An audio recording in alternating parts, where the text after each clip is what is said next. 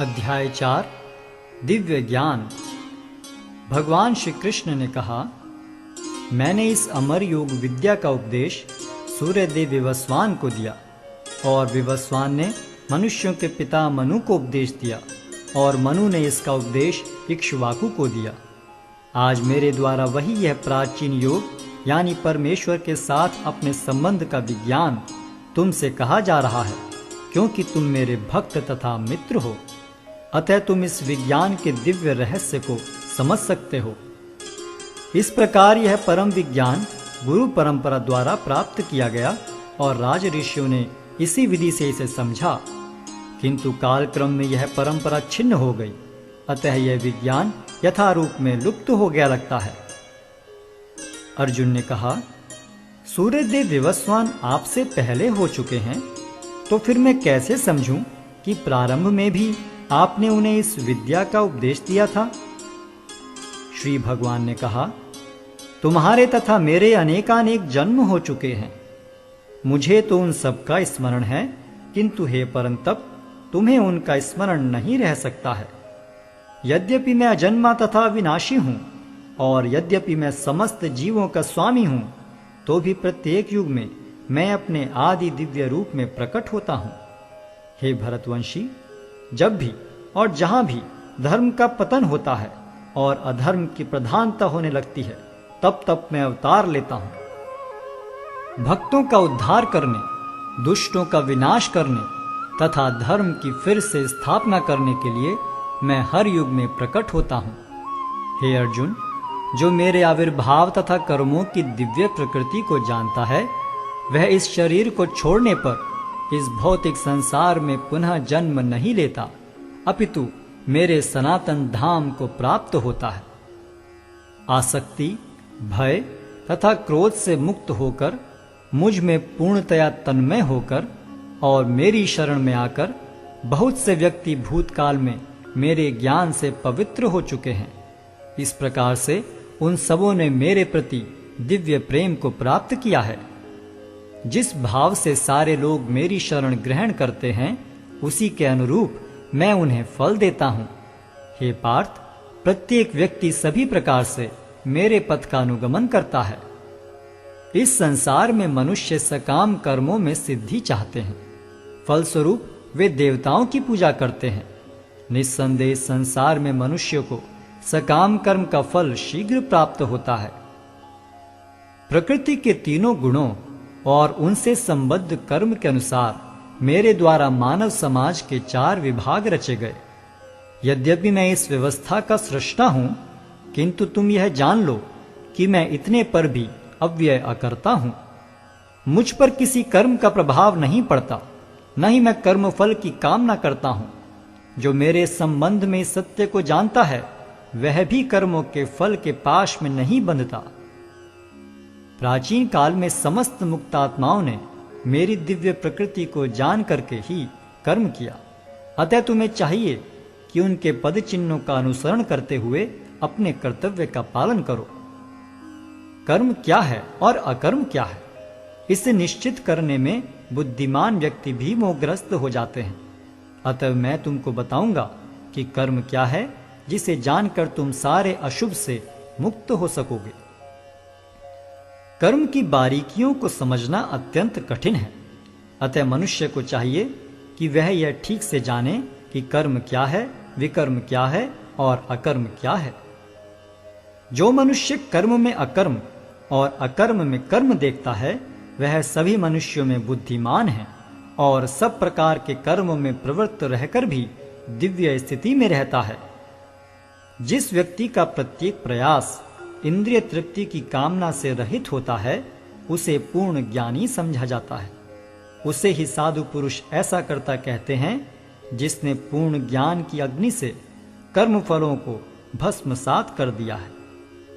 अपने कर्म फलों की सारी आसक्ति को त्याग कर सदैव संतुष्ट तथा स्वतंत्र रहकर वह सभी प्रकार के कार्यों में व्यस्त रहकर भी कोई सकाम कर्म नहीं करता। ऐसा ज्ञानी पुरुष पूर्ण रूप से संयमित मन तथा बुद्धि से कार्य करता है, अपनी संपत्ति के सारे स्वामित्व को त्याग देता है और केवल शरीर निर्वाह के लिए कर्म करता है। इस तरह कार्य करता हुआ वह पाप रूपी फलों से प्रभावित नहीं होता है। जो स्वतः होने वाले लाभ से संतुष्ट रहता है, जो द्वंद्व से मुक्त है और ईर्ष्या नहीं करता, जो सफलता तथा असफलता दोनों में स्थिर रहता है, वह कर्म करता हुआ भी कभी बंधता नहीं। जो पुरुष प्रकृति के गुणों के प्रति अनासक्त है और जो दिव्य ज्ञान में पूर्णतया स्थित है, उसके सारे कर्म ब्रह्म में लीन हो जाते हैं। जो व्यक्ति कृष्ण भावनामृत में पूर्णतया लीन रहता है, उसे अपने आध्यात्मिक कर्मों के योगदान के कारण अवश्य ही भगवत धाम की प्राप्ति होती है, क्योंकि उसमें हवन आध्यात्मिक होता है और हवि भी आध्यात्मिक होती है। कुछ योगी विभिन्न प्रकार के यज्ञों द्वारा देवताओं की भली भांति पूजा करते हैं और कुछ परब्रह्म रूपी अग्नि में आहुति डालते हैं। इनमें से कुछ विशुद्ध ब्रह्मचारी श्रवणादि क्रियाओं तथा इंद्रियों को मन के नियंत्रण रूपी अग्नि में स्वाहा कर देते हैं, तो दूसरे लोग इंद्रिय विषयों को इंद्रियों की अग्नि में स्वाहा कर देते हैं। दूसरे जो मन तथा इंद्रियों को वश में करके आत्म साक्षात्कार करना चाहते हैं, संपूर्ण इंद्रियों तथा प्राणवायु के कार्यों को संयमित मन रूपी अग्नि में आहुति कर देते हैं। कठोर व्रत अंगीकार करके कुछ लोग अपनी संपत्ति का त्याग करके कुछ कठिन तपस्या द्वारा, कुछ अष्टांग योग पद्धति के अभ्यास द्वारा अथवा दिव्य ज्ञान में उन्नति करने के लिए वेदों के अध्ययन द्वारा प्रबुद्ध बनते हैं। अन्य लोग भी हैं जो समाधि में रहने के लिए श्वास को रोके रहते हैं। वे अपान में प्राण को और प्राण में अपान को रोकने का अभ्यास करते हैं और अंत में प्राण अपान को रोककर समाधि में रहते हैं। अन्य योगी कम भोजन करके प्राण की प्राण में ही आहुति देते हैं। ये सभी यज्ञ करने वाले यज्ञों का अर्थ जानने के कारण पाप कर्मों से मुक्त हो जाते हैं और यज्ञों के फल रूपी अमृत को चखकर परम दिव्य आकाश की ओर बढ़ते जाते हैं। हे कुरुश्रेष्ठ, जब यज्ञ के बिना मनुष्य इस लोक में या तो इस जीवन में ही सुखपूर्वक नहीं रह सकता, तो फिर अगले जन्म में कैसे रह सकेगा। ये विभिन्न प्रकार के यज्ञ वेद सम्मत हैं और ये सभी विभिन्न प्रकार के कर्मों से उत्पन्न हैं। इन्हें इस रूप में जानने पर तुम मुक्त हो जाओगे। हे परंतप, द्रव्य यज्ञ से ज्ञान यज्ञ श्रेष्ठ है। हे पार्थ, अंततो गत्वा सारे कर्म यज्ञों का अवसान दिव्य ज्ञान में होता है। तुम गुरु के पास जाकर सत्य को जानने का प्रयास करो, उनसे विनीत होकर जिज्ञासा करो और उनकी सेवा करो। स्वरूप सिद्ध व्यक्ति तुम्हें ज्ञान प्रदान कर सकते हैं, क्योंकि उन्होंने सत्य का दर्शन किया है।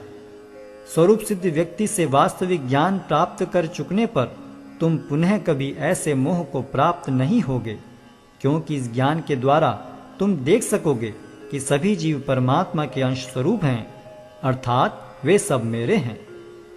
यदि तुम्हें समस्त पापियों में भी सर्वाधिक पापी समझा जाए, तो भी तुम दिव्य ज्ञान रूपी नाव में स्थित होकर दुख सागर को पार करने में समर्थ होगे। जैसे प्रज्वलित अग्नि ईंधन को भस्म कर देती है, उसी तरह हे अर्जुन, ज्ञान रूपी अग्नि भौतिक कर्मों के समस्त फलों को जला डालती है। इस संसार में दिव्य ज्ञान के समान कुछ भी उदात्त तथा शुद्ध नहीं है। ऐसा ज्ञान समस्त योग का परिपक्व फल है। जो व्यक्ति भक्ति में सिद्ध हो जाता है, वह यथा समय अपने अंतर में इस ज्ञान का आस्वादन करता है। जो श्रद्धालु दिव्य ज्ञान में समर्पित हैं और जिसने इंद्रियों को वश में कर लिया है, वह इस ज्ञान को प्राप्त करने का अधिकारी है और इसे प्राप्त करते ही वह तुरंत आध्यात्मिक शांति को प्राप्त होता है। किंतु जो अज्ञानी तथा श्रद्धा विहीन व्यक्ति शास्त्रों में संदेह करते हैं, वे भगवत भावनामृत नहीं प्राप्त करते, अपितु नीचे गिर जाते हैं। संशयात्मा के लिए ना तो इस लोक में न ही परलोक में कोई सुख है। जो व्यक्ति अपने कर्म फलों का परित्याग करते हुए भक्ति करता है और जिसके संशय दिव्य ज्ञान द्वारा विनष्ट हो चुके हैं, वही वास्तव में आत्मपरायण है। हे धनंजय, वह कर्मों के बंधन से नहीं बंधता। अतएव तुम्हारे हृदय में अज्ञान के कारण जो संशय उठे हैं, उन्हें ज्ञान रूपी शस्त्र से काट डालो। हे भारत, तुम योग से समन्वित होकर खड़े हो और युद्ध करो।